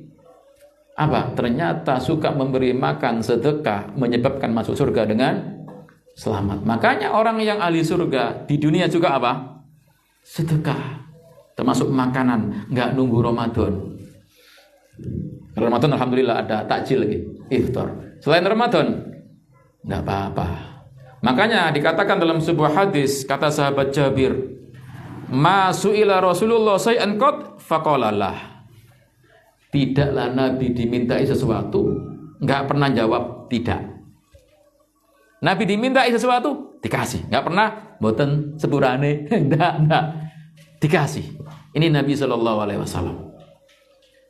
Allah musta'an, hanya kepada Allah kita meminta tolong. Begitu jawabnya Nabi, lomannya Nabi, dermawannya Nabi. Kedua jamaah, kenapa ahli surga tatkala di dunia ahli sedekah? li'annahum qad alimu, karena sesungguhnya mereka faham dan mereka yakin apa yang di sisi mereka pasti hilang, lenyap, dan bukan hartanya nanti, tapi yang di sisi Allah pasti akan kekal. Mereka sedekah kenapa? Karena inilah yang kekal. Kenapa mereka mengeluarkan infak? Karena inilah yang akan menemani dia. Ini jamaah yang dimuliakan oleh Allah Subhanahu wa taala. Maka suatu hari Nabi pernah mengatakan, ya, siapa di antara kalian yang mencintai hartanya? Ya tentu kita mencintai. Maka harta kalian yang sesungguhnya adalah ma qaddama, apa yang kalian persembahkan untuk Allah. Adapun harta yang kalian tinggalkan itu untuk warisan kalian. Gimana jemaah? Yang kita persembahkan untuk umroh misalkan, untuk haji, untuk yang lain-lain, itu harta kita. Kalau kita tinggalkan untuk ahli waris kita, bukan milik kita. Yang ketiga, karena katanya jam 11 selesai ini ya, kalau singkat-singkat mawon. Yang ketiga, kenapa ahli surga kok ahli sedekah tatkala di dunia? Karena itu perniagaan yang gak pernah rugi. Tijaratan lan tabur, perniagaan yang terus menguntungkan, rabihah, menguntungkan. Allah mengatakan dalam surat Shaf, surat ke-61 ayat 10 dan 11, ya ayyuhalladzina amanu, wahai orang-orang yang beriman, hal adullukum, maukah kalian saya tunjukkan? Apa itu? Tijaratin tunjikum min adabin alim, tentang perniagaan yang bisa menyelamatkan dari adab yang pedih. Apa itu? Tu'minuna billah, beriman kepada Allah, wa rasulihi, dan rasulnya, wa tujahiduna fi sabilillah, berjihad di jalan Allah, bi amwalikum wa anfusikum, dengan harta kalian dan diri kalian. Ini maksudnya. Ini perdagangan yang gak akan pernah rugi. Kata Allah, dzalikum khairul lakum in kuntum ta'lamun, demikian itu lebih baik bagi kalian kalau kalian mengetahui, dan gak akan pernah rugi apa yang kita persembahkan untuk Allah. Keempat, kenapa ahli surga tatkala di dunia ahli sedekah? Karena dia yakin dengan sedekah rezeki bertambah. Rezeki bertambah tadi, wahai anak Adam, berinfaklah, aku ganti infak kalian. Dan Nabi mengatakan, ma naqasat shadaqatun min malin, tidak akan berkurang harta yang disedekahkan.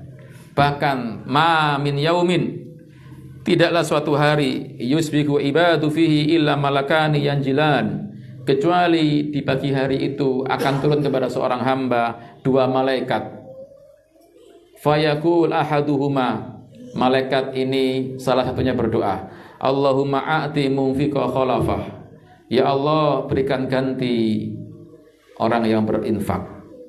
Malaikat yang lain, Allahumma a'ti mumsika talafa, ya Allah orang yang memegang hartanya yang pelit hancurkan. Makanya ada seorang rawi hadis, tatkala mendengar hadis ini, maka dia pun bersedekah. Bahkan dia tiap hari bersedekah. Sampai suatu saat jamaah, dia nggak punya harta, bawa bawang merah, bawang putih dikesak jamaah. Loh, untuk apa? Untuk sedekah. Kenapa? Dzilul mu'min yaumal qiyamah ala shadaqatihi. Naungan seorang mukmin nanti di hari kiamat karena sedekahnya. Maka dia tiap hari sedekah. Nggak punya uang, pakai bawang merah. Kita permen bisa, kue bisa. Kalau uang, ya silakan uang. Sholat subuh bawa uang 1.000, masukkan kotak. Besoknya mungkin 2.000, hari Jumat 5.000. Biar rutin, jangan nunggu kotak Jumat toh. Biar kita didoakan malaikat tiap pagi. Lah kalau Anda sedekahnya Jumat saja ya, malaikat bukan Jumat toh paling. Ya, ini sama. Jadi tiap pagi ada malaikat yang turun yang berdoa, Allahumma a'ti munfiqa khalafah. Ya Allah berikan ganti orang yang sedekah tiap pagi. Maka kalau bisa tiap hari sedekah. Ustaz, gak punya uang ya. Ya wes, yang lain aja. Oke. Baik, selanjutnya yang keberapa? Kelima, kenapa ahli surga itu tatkala di dunia ahli sedekah? Karena untuk menghilangkan penyakit di hatinya, yaitu pelit, bakhil, kikir, medit. Paham coba? Karena itu penyakit hati, betul. Dan ini yang mencelakakan kita. Nabi mengatakan, salasun muhlikat. 3 perkara yang bikin orang itu binasa. Suhun muta', pelit yang ditaati. Wa hawa muttaba', hawa nafsu yang diikuti. Wa ijabul mar'i binafsihi, dan seseorang ujub dengan dirinya. Suh ini di atas bakhil sama. Medite pol jadi wong Jawa nggih. Sama apa ngene nemen lah. Jangankan sedekah kepada orang lain, untuk dirinya sendiri aja medit. Watuke wis grek-grek, enggak mau berobat, eman jere. Paham? Istrinya harus disesar. Enggak usah Dek, wis ndonga tok ae Dek. Jadi saking pelitnya eman sama apa? Harta. Ini suhun mutok, pelit yang berlebihan. Ini mencelakakan. Makanya Allah mengatakan dalam surat At-Taghabun ayat 16, "Wa may yuqa suhha nafsihi fa ulaika humul muflihun." Siapa orang yang dijaga pada dirinya dari sifat pelit, dijauhkan oleh Allah dari sifat pelit, fa ulaika humul muflihun, itulah orang yang mereka akan beruntung. Kalau pelit nggak akan beruntung. Makanya sampai Nabi juga mengatakan apa itu? Wattaqus suh. Takutlah kalian dengan sifat pelit. Fa inna suha ahlaka man kana qablakum. Karena dengan sifat pelit itu mencelakakan orang sebelum kalian. Hamalahum ala ayyasfaku dima'ahum. Yang dengan pelit itu juga mengantarkan mereka saling bunuh-bunuhan, menumpahkan darah. Ternyata juga sama dengan sekarang. Karena pelit gegeran antara siapa? Dulur dan dulur ya. Medit, pelit, kikir dan seterusnya. Pun jamaah yang dimuliakan oleh Allah Subhanahu wa taala, inilah di antara mudorotnya orang yang pelit dan banyak lagi tentunya. Sehingga mudah-mudahan Allah Jalla wa Ala menjadikan kami jenengan semua termasuk orang-orang yang bisa memberikan sebagian harta kita untuk di jalan Allah. Ingat, karena nanti di hari kiamat kata Nabi, la tazulu qadama 'abdi yaumal qiyamah hatta yus'al an arba. Kaki anak hamba manusia nanti di hari kiamat tidak akan bisa bergeser sampai ditanya tentang 4 perkara di antaranya. An umrihi fi ma'afnah, tentang umurnya untuk apa digunakan, dihabiskan. Wa an ilmihi fi ma fa'ala fihi, tentang ilmunya diamalkan apa enggak. Wa an malihi, nah ini tentang hartanya, min aina iktasabahu wa fi ma anfaqahu, hartanya dari mana dia dapat dan untuk apa. Wa an jismihi fi ma ablah, dan untuk badannya dibuat untuk apa. Yang lain pertanyaannya 1, tapi kalau harta 2, dari mana asalnya dan kemana. Kita ingin golongan yang selamat dari harta yang halal untuk yang halal. Wallahu a'lam bishawab. Terakhir, ini bonus untuk jenengan jamaah.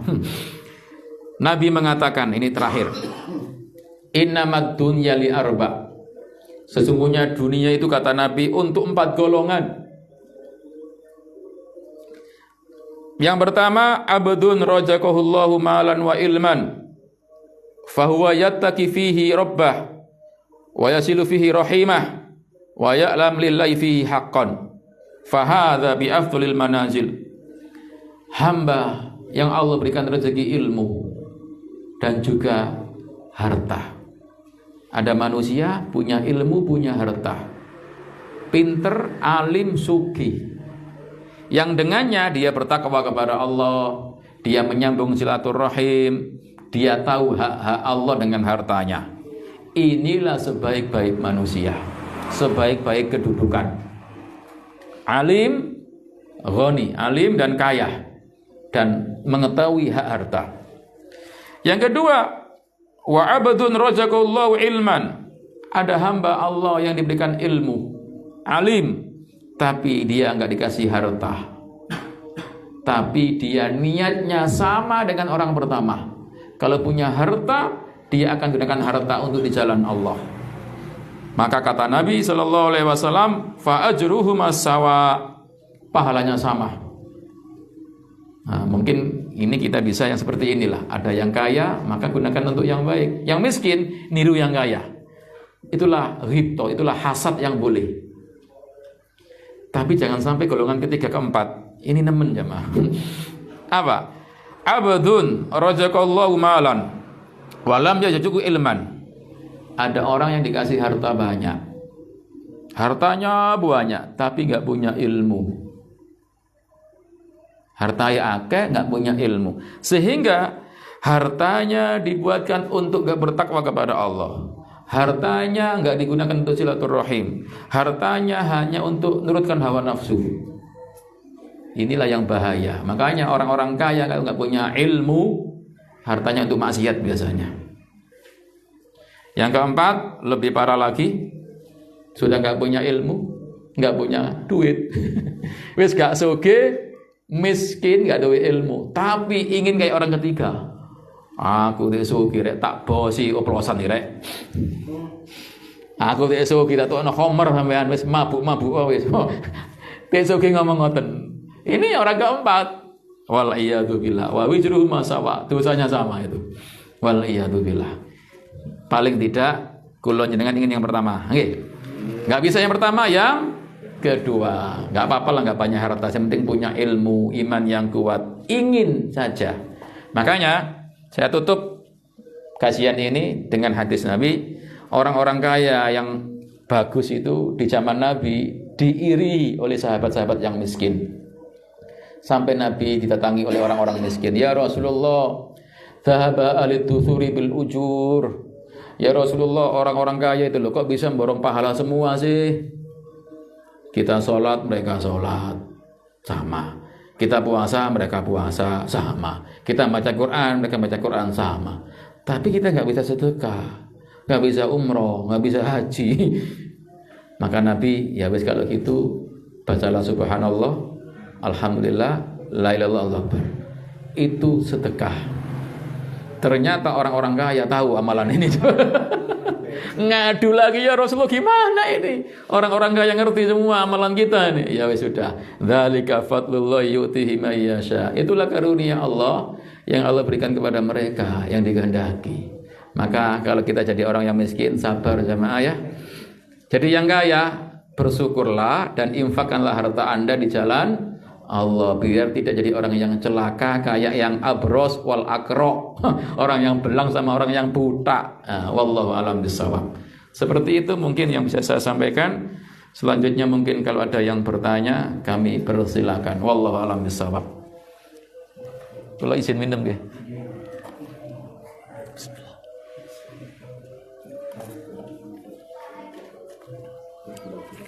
Biar enak yang langsung aja di depan saya. Bapak-bapak monggo, Nawi ada. Mas-mas, kalau bertanya monggo.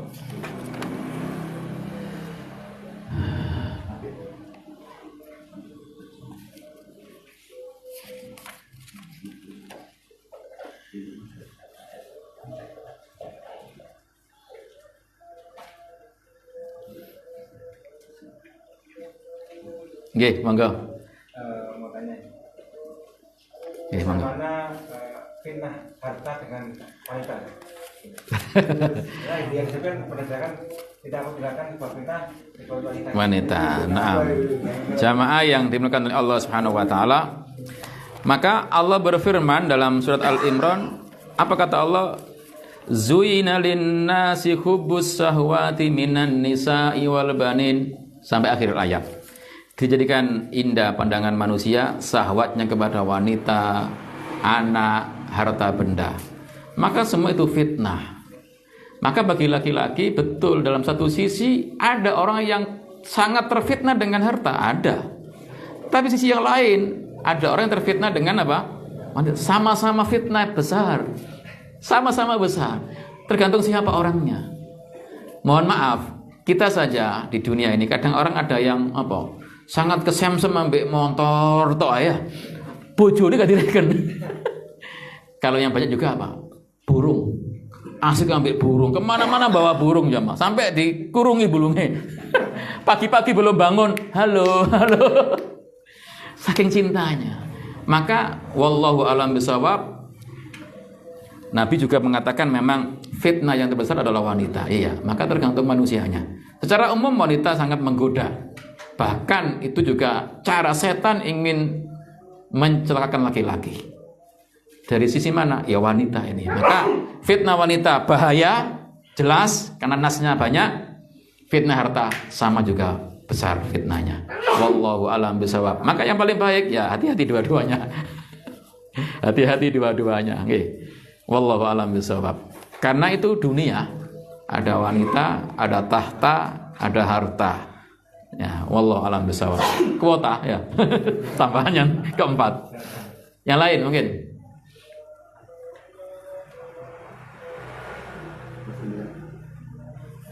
Baik, jika tidak ada, saya baca di kertas ya, ngapunten jamaah.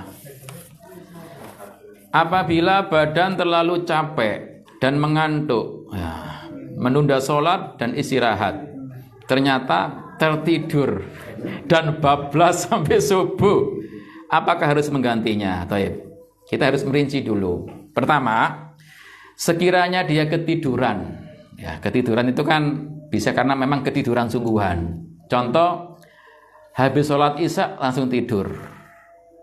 Bangun-bangun jam 7. Wah, ini ketiduran ini. Ya, betul. Karena apa? Kan belum masuk subuh, ketiduran. Maka seperti ini, seperti kisah Nabi dalam hadis Muslim yang panjang, tatkala Nabi itu perang pulang, terus mampir di sebuah tempat, dan Nabi bilang, "Wahai Bilal, kamu yang jaga ya. Nanti bangun ketika waktu subuh." Nabi istirahat. Qadarullah Bilal itu istirahat, ambil senden jamaah. Paham? Istirahat sambil bersandar, ketiduran juga. Jadi waktu itu semua para sahabat dan Nabi ketiduran. Tatkala matahari terbit, justru Nabi yang pertama kali bangun. Langsung Nabi tergopoh-gopoh, "Ayo bangun semua, tinggalkan tempat ini. Ini tempatnya setan ini." Nabi pindah sebentar, terus nyuruh Bilal untuk adzan. Adzan Bilal, adzan subuh waktu matahari sudah terbit. Terus Nabi sholat qobliyah subuh. Nah, boleh sempat qobliyah subuh, monggo. Baru setelah qobliyah subuh selesai, kenapa? Karena ini udzur. Kan kita tahu, ya, sholat 2 rakaat qobliyah subuh apa? Khairun minad dunya wa ma fiha, lebih baik dari dunia dan isinya. Habis qobliyah subuh, qomat. Terus sholat subuh jamaah. Tapi ini bukan tiap hari jamaah ya. Hanya waktu itu, gitu loh. Sehingga kalau ada orang tertidur terus bangunnya waktu matahari terbit, tetap langsung sholat tuh. Nabi mengatakan, "Man nama an sholatin aw nasiyah falyusolli idza dzakaraha." Siapa orang yang lupa dari sholatnya atau ketiduran dari sholatnya, maka langsung ketika bangun atau ingat sholat. Jangan nunggu besok subuh, keliru. Wah, dulu jam itu wis menit tak kodok ambil subuh menit. Oh, jangan. Kata Nabi, siapa yang tertidur dari sholatnya, maka pas bangun dia sholat. Jadi Anda harus sholat waktu bangun. Cuma yang masalah Anda menunda, ini masalahnya. Jadi kalau sudah masuk waktu, mending langsung sholat aja. Karena orang kalau sudah capek, istirahat, amblas. Ya, jadi saran saya, jangan ditunda. Kita takut masuk ayat fawailul lil musallin. Ya, fawailul lil musallin. Bahkan pernah di Al-Qur'an dikisahkan, saya lupa ayatnya ada. Jadi sebentar. Biar ilmiah katanya ya. Pernah Nabi Sulaiman itu sampai, mohon maaf, ketinggalan sholat asar karena sibuk ngurusi kuda. Iya, Nabi Sulaiman itu pernah, ya ini di surat Shot. Surat Shot ayat 30, 31, 32, 33. Jadi kata Imam Ibnu Katsir, Dikatakan para mufassirin bahwasanya Nabi Sulaiman karena sibuk ngurusi kuda, akhirnya lupa nggak sholat asar sampai waktunya habis. Tapi ingat dia lupa loh jamaah, bukan sengaja menunda. Maka kalau lupa nggak masalah. Cuma dia tetap tetap merasa sedih. Kenapa? Karena waktu asar sudah habis. Lah orang-orang yang menunda ya ini bahaya. Takutnya masuk fawailul lil musallin. Wallahu a'lam bishawab. Jadi surat Shad 30, 31, 32, 33. Kata Imam Ibnu Katsir itu tafsirnya ya. Apa? Nabi Sulaiman sibuk ngurusi kudanya sehingga sampai lupa enggak sholat asar. Wallahu a'lam bishawab. Baik. Kita lanjut pertanyaan yang kedua. Bismillah, Ustadz. Ada si fulan yang dikasih amanah untuk menyimpan uang saudaranya. Dan ada kakak si fulan meminjamnya. Tapi tanpa izin yang punya uang. Ya keliru ini. Nggak boleh uang yang Anda disuruh nyimpan kok dipinjamkan. Berarti nggak amanah. Nggak boleh. Saya lanjut dulu. Si fulan manut aja. Karena tidak ingin ada percekcokan. Bagaimana hukumnya Ustadz? Apakah si fulan berdosa akan hal ini? Meminjamkan uang tanpa izin yang punya? Jazakallahu khair Ustadz. Wah iya. Jadi nggak boleh Bu. Jadi tatkala kita diamanai untuk menyimpan, jadi simpan saja. Jangan dipinjamkan. Mohon maaf. Bahkan sampai ada ulama yang mengatakan kalau disuruh nyimpan jangan diijoli juga.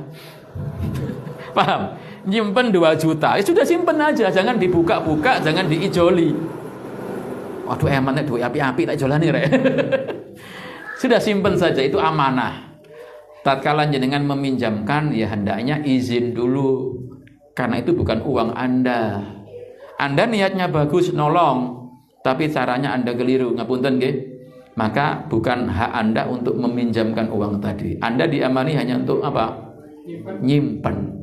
Jadi Anda harus banyak istighfar dan minta maaf sama yang punya uang. Wallahu a'lam bishawab. Assalamualaikum Ustadz, mau tanya, di daerah saya banyak kegiatan sabung mungkin ya Bu. Kok sabung ayam? Sambung. Iya benar sambung. Enggak kan? Sabung. Ada saudara kerjanya berternak ayam. Dan ayam dikhususkan untuk sabung ayam. Wih. Ayamnya dijual dengan harga mahal. Karena ayam buat judi, sabung ayam. Pertanyaan saya, apakah saudara saya termasuk tolong-menolong dalam perjudian meski dia tidak ikut sabung ayam, cuma menyediakan ayam khusus buat sabung ayam? Dan apa uang hasil jual ayam itu termasuk harta haram?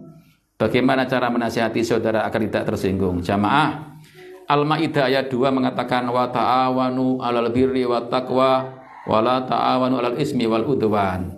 Saling tolong-menolonglah dalam apa? Ketakwaan dan kebaikan. Dan jangan tolong-menolong dalam apa? Dosa dan permusuhan. Ustadz, saya nggak minum khamr, tapi bikin saja. Ustadz, saya nggak minum khamr, hanya menuangkan tok lo saya. Dosa enggak? Dosa. Tolong-menolong kok nih. Nggak minum loh Ustadz, menuangkan saya. Iya, sama. Jadi mboten angsal Bu. Jadi kalau memang ayamnya itu untuk judi, ya jangan dijual ke dia, jual ke yang lain aja, bukan untuk judi. Jadi hukum asal memelihara ayam boleh, ya, tapi bukan untuk perjudian, bukan untuk menyediakan yang buat judi. Bagaimana caranya nasihatinya? Ya, saran saya kalau Anda jauh, dekati dia, sambung silaturahim dengannya, ajak makan-makan dulu ya, senang-senangkan dulu. Ya biar senang saya baru mulai. Kok saya dengar-dengar gini ya jenengannya gini-gini. Tanya aja dulu. Apa enggak gitu? Apa boleh tak gitu? Begitu loh. Jangan menggurui dulu. Apalagi kalau seandainya dia mungkin saya atau kaku Jadi bahasanya perlu dengan hikmah. Beda kalau seandainya anak kepada anak dinasihati bapak. Tapi kalau sesama saudara ini rawan konflik gesekan, maka pertama Anda harus berdoa sungguh-sungguh. Caranya yang kedua bisa dengan orang terdekatnya. Apa istrinya, apa keluarganya dulu, jangan langsung dulu. Biasanya kalau laki-laki itu lebih mujarab melalui istri jemaah. Paham? Antum punya teman laki-laki dan dia punya istri. Istrinya juga teman antum misalkan. Biasanya kalau langsung nasihat berat. Coba melalui istri antum ke istrinya dia. Insya Allah mudah. Karena kalau laki-laki di BCI suami istri, biasanya apa? Gampang. Ya ngaji berangkat. Ya kenapa? Rayuan wanita itu masya Allah ya. Paham sampean? Sangat paham ya. Nabi Adam saja. Ya, itu seperti itu gitu loh. Wallahu a'lam bishawab. Nah, benar tadi, wanita itu masya Allah godaannya. Assalamualaikum warahmatullahi wabarakatuh. Semoga Allah selalu memberikan kesehatan kepada Ustadz beserta keluarga. Amin. Dan juga jenengan yang bertanya. Ustadz, misal ada kasus seperti ini. Ini misal berarti ya. Seorang anak perempuan tinggal bersama suaminya di rumah ibunya. Kemudian ibunya, anak perempuan ini sakit dan sudah tidak bisa beraktivitas seperti biasa, kembangnya amben. Karena tidak sabar, anak perempuan tersebut menyerahkan ibunya yang diurus kakak laki-lakinya yang tinggal sebelah rumahnya. Pertanyaannya, siapakah yang lebih utama mengurus ibu ketika sedang sakit? Anak laki-laki atau anak perempuan dalam kasus tersebut? Yang paling berhak, yang paling baik takwanya. Tentu kalau Anda ingin dapat pahala yang besar, ya Anda yang ngurus. Relahkah pintu surga dialihkan ke kakak Anda? Nabi SAW bersabda, Rogima anfu abdin, Rogima anfu rojulin juga. Sungguh sangat celaka seorang hamba. Adraka abawaihi, au ahaduhuma, falam yudkhilhul jannah. Ada kedua orang tuanya atau salah satunya, kok dia enggak bisa menyebabkan masuk surga. Kata malaikat Jibril, aminkan wahai Muhammad, amin. Mudah-mudahan dia celaka. Pertanyaan saya yang bertanya ini, apakah Anda mau pintu surganya dipindah ke mas Anda? Kalau mau silakan. Tapi itu pintu surga untuk Anda. Jadikan bakti kita justru ketika seperti ini. Pernah di Saudi itu terjadi saudara dengan saudaranya itu gegeran sampai ke hakim. Bukan masalah ingin apa, tapi ingin apa? Rebutan rumah. Nah, ini kok rebutan apa ini? Ingin berlepas diri, jangan. Kalau bisa jenengan saja yang merawat, nanti kakak bantu aja. Pahala Anda merawat itu lebih besar. Memang nggak enak, mudah diucapkan tapi berat apa? Diamalkan. Tapi ini ladang pahala kita. Coba kita masih kecil dulu, tatkala kita berak, tatkala kita kencing, siapa yang ceboi itu? Satu hentakan nafas yang ibu kita pas melahirkan kita nggak akan bisa kita balas seandainya seumur hidup kita bakti samanya. Berapa tahun sih kita akan merawatnya? Hentakan satu nafas tatkala ibu melahirkan kita, sulit kita membalasnya jamaah. Nah ini saatnya kita birrul walidain. Maka kalau saran saya, kalau jenengan ingin surga dekat dengan jenengan, buktikan dengan birrul walidain, ngerawat ibu, merawat ibu. Jenengan sajalah. Kakak nggak masalah dia, bantu finansial nggak masalah, tapi tetap jenengan usahakan jenengan yang ngerawat. Nah tentu ini kalau Anda iman sama itu. Tapi kalau ingin lepas-lepasan, ya terserah jenengan. Wis terserah mas saya wis sampean kok mas, aku gak mbek mak wis abot mak iku wis kemban amben pegel aku lho. Pernahkah orang tua kita dulu sambatan? Ada kisah menarik jamaah. Suatu hari ada seseorang yang mengadu kepada seorang syekh. Wahai syekh, saya ini mendoakan orang tua saya sehari 5 kali. Kata syekh ini, kamu masih dolim. Padahal sudah mendoakan 5 kali. Kamu masih dolim. Kenapa syekh? Sini dekat sama saya. Ucapkan Rabbi ufirli wali walidayya atau Allahumma ufirli wali walidayya warhamhuma kama rabbani shaghira. Ucapkan sekali, 3 kali, 10 kali, 20 kali. Capek enggak? Berkeringat enggak? Enggak. Lalu kenapa hanya 5 kali sehari? Ucapan Rabbi ufirli wali walidayya warhamhuma kama rabbayani shaghira 10 kali. Kita enggak sampai keringetan kok. Enggak sampai kita apa? Kecapean. Kenapa hanya 5 kali berdoa? Lihat orang tua kita dulu. Tatkala cari uang untuk kita, begitu berat hanya untuk kita bisa makan. Kok tatkala ibu sakit kita mau berlepas diri? Ya, mohon maaf. Kalau bisa ibu yang bertanya, jenengan aja yang tetap mengurusnya. Ya, biar Anda termasuk birrul walidain dan Anda akan banyak pahalanya. 2. Ustadz, ketika seorang istri mendapatkan nafkah dari suami dan istri ingin sekali bersedekah tapi masih mikir, takut jika uang belanjanya tidak cukup karena banyak beban yang harus dikeluarkan. Dosakah istri tersebut memiliki rasa takut seperti ini? Taib. Titipan pertanyaan katanya. Jamaah, tentu tatkala kita diberi nafkah oleh suami, ya kita atur keuangannya untuk kebutuhan belanja, makan dan seterusnya di dapur itu. Kalau ada kelebihan, lah barulah kita bersedekah. Syukur-syukur kalau seandainya suami yang ngerti dibagi. Dek, ini uang belanja, ini uang bonus. Nah, bonus ini boleh untuk sedekah buat Anda. Jangan sampai Anda sedekah sunnah, tapi ternyata nanti belanjai kirang, jangan. Jadi karena Anda dikasih nafkah untuk apa? Mencukupi dan mengatur urusan rumah tangga. Lah adapun beban yang lain kalau seandainya dibebankan kepada Anda, ya minta tambahan. Kredit iki. Ya minta, ya kurang. Jadi jangan sampai jenengan itu ya zalim dalam hal ini. Wallahu alam bissawab. Jadi kalau Anda bersedekah yang sunnah, usahakan dari kelebihan harta Anda, atau memang itu murni milik Anda. Karena ada istri-istri itu yang punya harta sendiri, bukan pemberian suami.